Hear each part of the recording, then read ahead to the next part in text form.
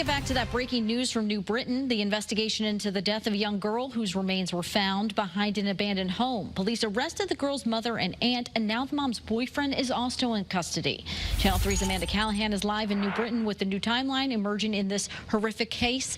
Good evening, Amanda. Well, Sam, this memorial for Jacqueline Torres continues to grow outside that abandoned house on Clark Street. It was last week when New Britain police received an anonymous tip saying that there was suspicious activity going on in the backyard of the home. That's where officers found Jacqueline's remains inside a plastic container. But police are now saying that they believe she was killed about a year ago inside her Farmington home.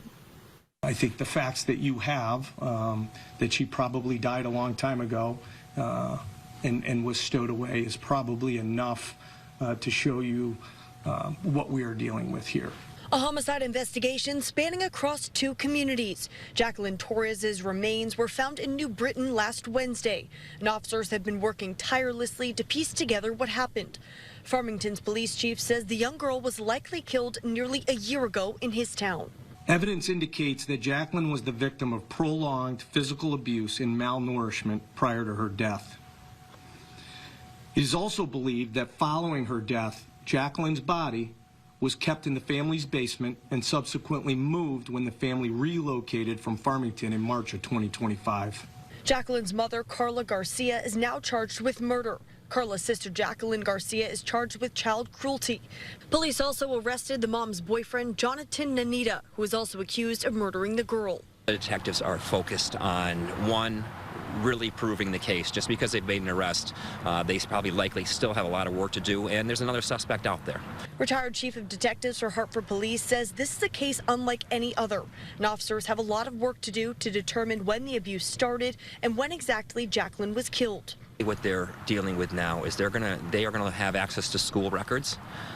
They'll have access to whatever financial records are out there.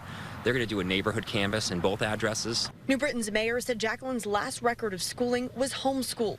DCF issued a statement saying, quote, "We have already begun a thorough review of our history with the family."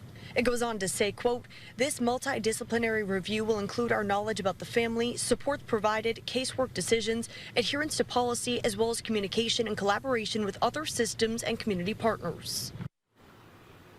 DCF says Jacqueline's siblings are safe and in their custody. We do know that Garcia and her sister will appear before a judge tomorrow. We don't know if Nanita will be in court tomorrow as well for his first appearance. Meanwhile, police are asking if you have any information that can help them in this case to call Farmington PD. Your reporter live in New Britain, Amanda Callahan, Channel 3 Eyewitness News.